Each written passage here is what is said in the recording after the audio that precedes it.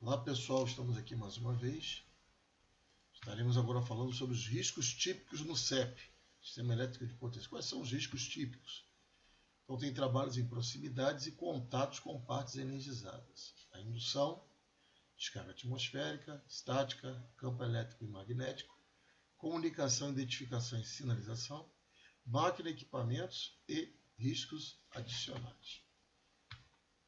Então vamos aqui, ó. Proximidade e contato com partes energizadas. Então, você observa que as pessoas aqui estão tendo contato e também estão em proximidade. Então, se as pessoas têm contato, vai ter contato, implica em ferramental, implica em equipamento de segurança de maneira geral. Equipes de ferramental têm que estar em dia, com a manutenção em dia, bem conservados. Porque pode acontecer alguns eventos. Pessoas costumam falar o que acontece. Contato costuma associar a eletricidade ao choque elétrico, mas é choque elétrico, é fogo repentino, também arco elétrico e explosão de arco. A explosão de arco ainda projeta material incandescente. Então isso aí implica também ter uma delimitação de área. A gente não está vendo aqui, né? Porque na primeira imagem não é essa a intenção.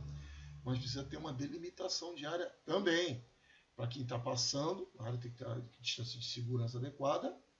Tem aquela distância de segurança em relação ao equipamento, ao ponto energizado, que é definido na própria NR10, e muitas empresas adotam o critério de 1 centímetro por kV de distância. Se é 500 mil volts, 5 mil metros, 5 metros de distância, 5 mil é demais, né? 5 metros de distância. 750, você tem lá em torno de 7,5 metros de distância do ponto energizado, devido à indução. Por outro lado, tem outra definição que é o quê? Que é voltada para a parte de equipamentos que tem menor que 1000 volts, de 1 kV. Esses equipamentos também você precisa estar equipado, que o arco elétrico pode acontecer em qualquer âmbito da área elétrica e projetar material incandescente.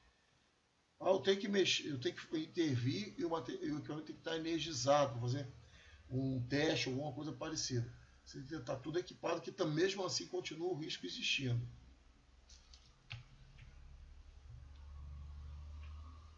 Continuando, todas as partes das instalações elétricas devem ser projetadas, você vê que é amplo, projetadas e executadas de modo que seja possível prevenir, por meios seguros, os perigos de choque elétrico e todos os outros tipos de acidentes. Então, o projeto elétrico precisa ter uma equipe multidisciplinar. Um exemplo, eu já fiz prontuário elétrico em algumas empresas, e teve algumas, quando fazendo um relatório de conformidade, baseado na 5410, norma da BNT, na NBR 5410, ali, naquela auditoria, naquela inspeção, melhor dizendo, você tinha uma subestação que era piso de madeira, outras era difícil até de operar aquela painéis elétricos, porque em alguns momentos tinha que se agachar, ficar de joelho para poder chegar e mexer no determinado painel.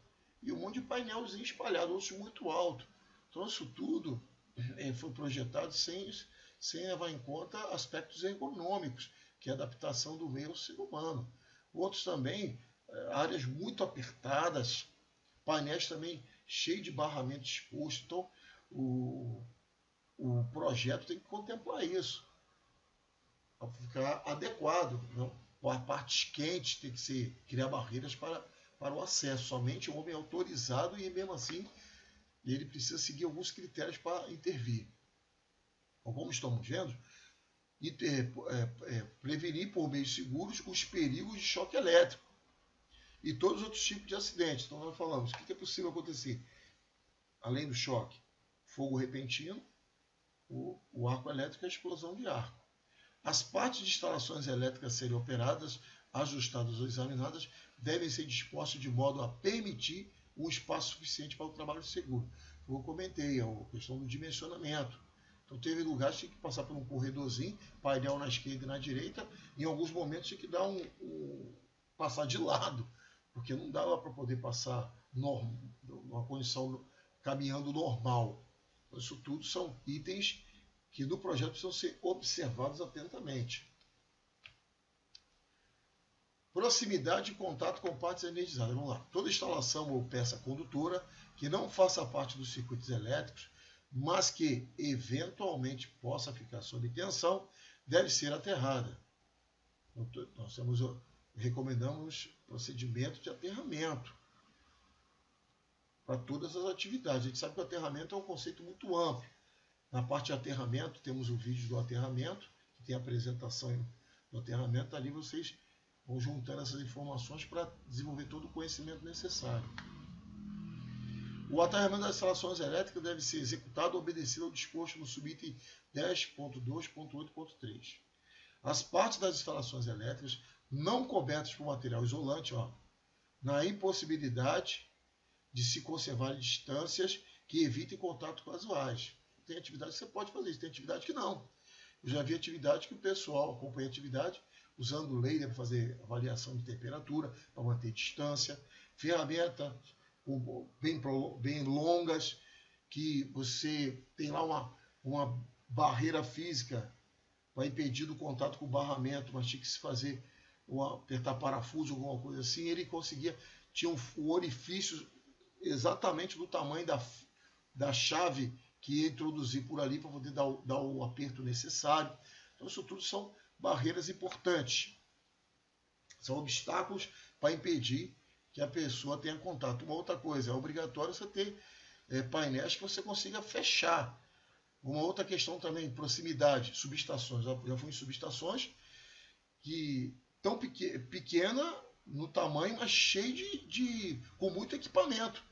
Então o profissional que, se ele fosse fazer uma reação aos movimentos, ele tivesse um reflexo, que ninguém pensa para ter um reflexo, ele adentrava uma área, adentrava uma parte e aproximava muito de um contato com partes energizadas.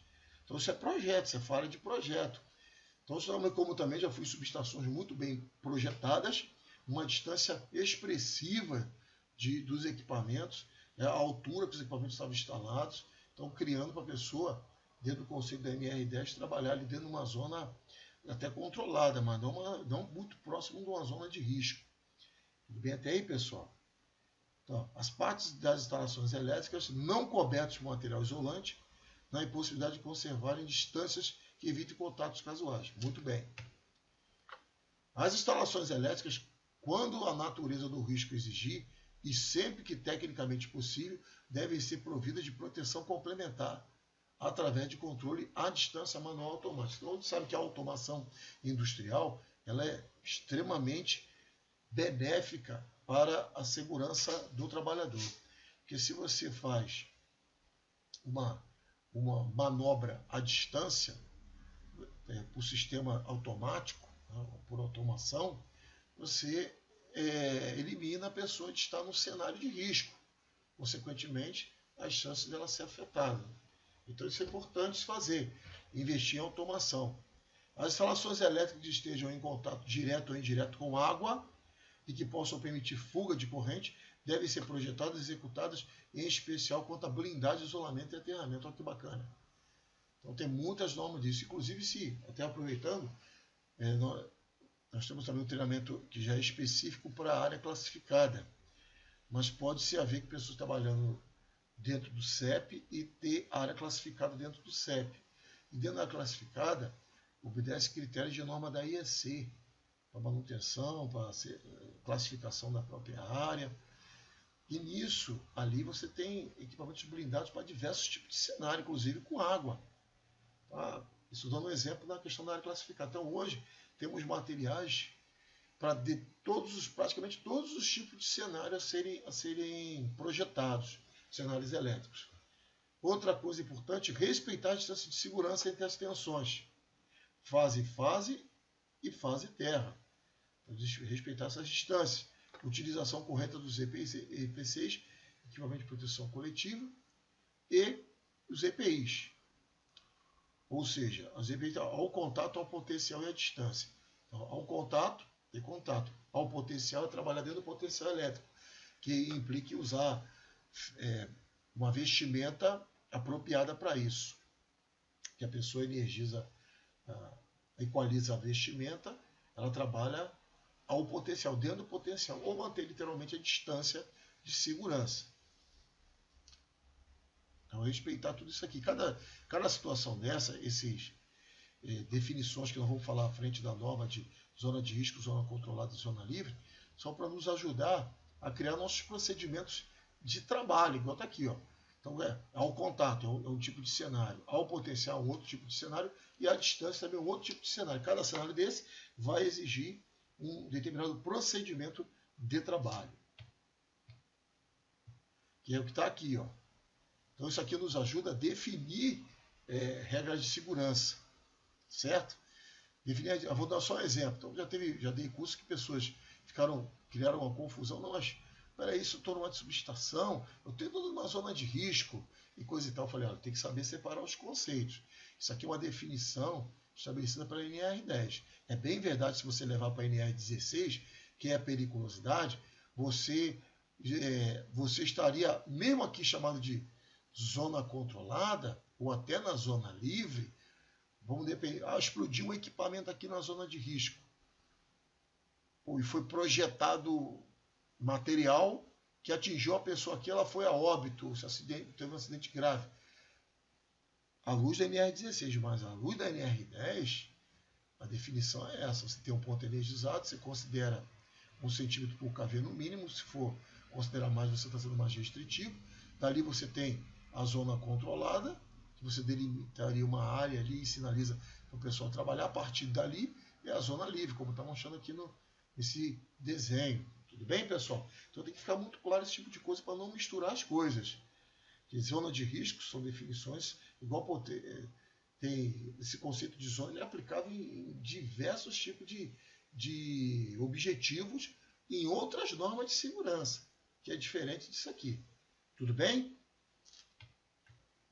Então, zona de risco, em torno de parte condutora, energizada, não segregada, acessível, inclusive acidentalmente, de dimensões estabelecidas de acordo com o nível de tensão, cuja aproximação só é permitida a profissionais autorizados e com a adoção de técnicas e instrumentos apropriados de trabalho. Então, aqui estou trabalhando dentro da zona de risco, eu estou trabalhando dentro do potencial.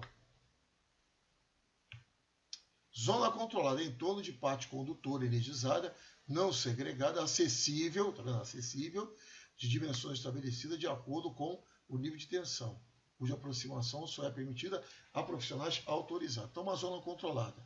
Vamos voltar aqui só um minutinho. Por exemplo, aqui está a zona de risco. Então, o homem de manutenção, normalmente, na maioria, trabalha dentro da zona controlada. Então, ali, estou respeitando a zona de risco em relação ao ponto energizado 1 centímetro por kV. Mas a área que eu delimitar para trabalhar como zona controlada, ela só vai ter uma entrada e a saída.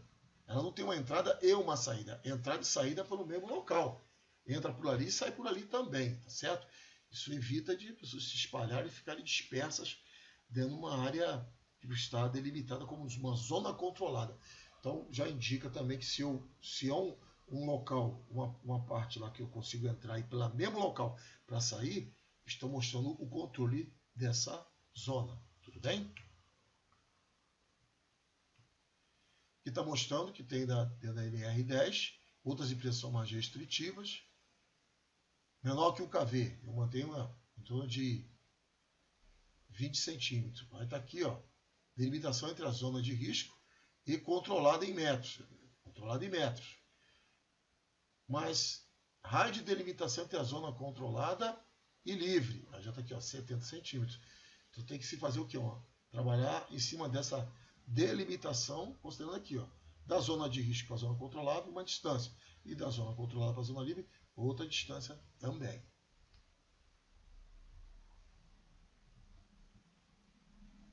Então nós temos até maior que 480 e menor que 700. 700 mil volts, 480 mil, 700 mil. Então você tem essas distâncias aqui.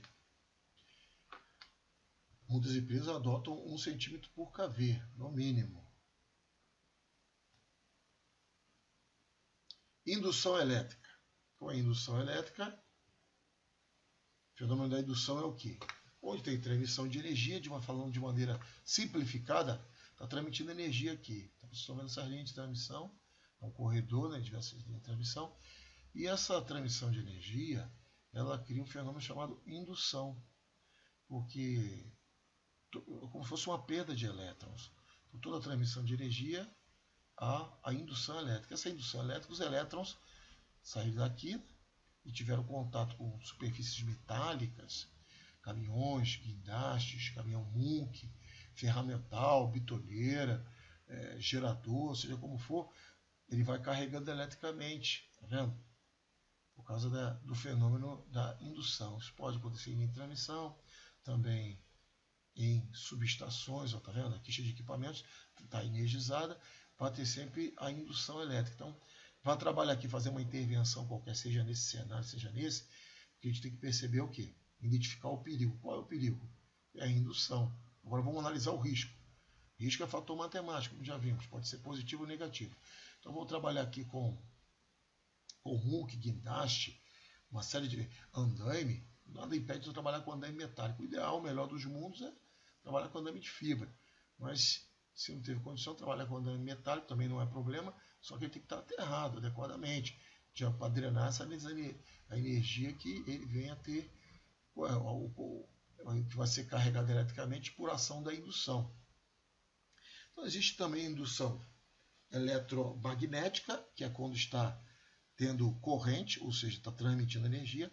Tem a indução eletrostática, que é somente aquela que está energizada, mas não está tendo corrente, certo?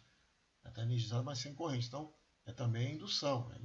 Então, indução eletromagnética, indução eletrostática e as tensões estáticas. Está desligado, está desenergizado, mas a ação do vento batendo nos cabos, tendo contato com os equipamentos, carrega eles eletricamente. Pouca coisa, mas carrega eletricamente. Então, são os fenômenos voltados para a indução. Então, a indução magnética, eletrostática e eletromagnética.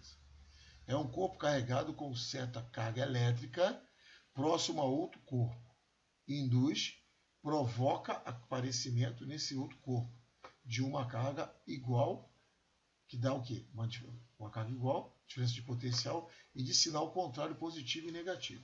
Vou colocar uma experiência prática. Teve uma ocasião, estava fazendo um trabalho numa subestação, uma inspeção dentro de uma subestação elétrica de 500 mil volts, mas em equipamentos de combate a incêndio. Todos os equipamentos, os hidrantes, pelo menos os hidrantes, eles estavam todos aterrados, pelo menos o que eu digo é que é o que passa ali a tubulação de hidrante subterrânea, e estava tudo aterrado na malha de terra. Mas eu estou andando na subestação e estou andando com uma botina aquele isolamento, e estou usando capacete também voltado para eletricista, muito embora não era minha atividade com elétrica, mas estou lá usando capacete para eletricista. E nisso, quando eu botei a mão nas colunas dos hidrantes, eu estava dando choque nos equipamentos. Por quê? Porque eu estava isolado e carregado eletricamente pela ação da indução. Não sente nada no corpo. Então a gente só percebe que você está carregado eletricamente quando se aproxima de algum equipamento que está aterrado, está no potencial de terra, percebe-se a energia, você dando choque nos equipamentos. Então eu estava dando choque na coluna ali do hidrante, dando choque. E mesmo assim o hidrante estava pintado, tudo direitinho, bem conservado, mas mesmo assim estava acontecendo esse tipo de evento. Então era por causa da eletricidade, por causa da indução eletromagnética. Os trabalhos com linhas transversais ou paralelas utilizaram o sistema de aterramento temporário, tantos quanto necessário. Então, isso aqui também tive experiência na prática sobre isso. Fazendo travessia. O que é travessia? É lançar cabo passando por cima de uma rodovia. Então, nessa travessia, tinha linhas paralelas. Eu lembro que tinham duas de 750 mil volts e uma de 600 contínua.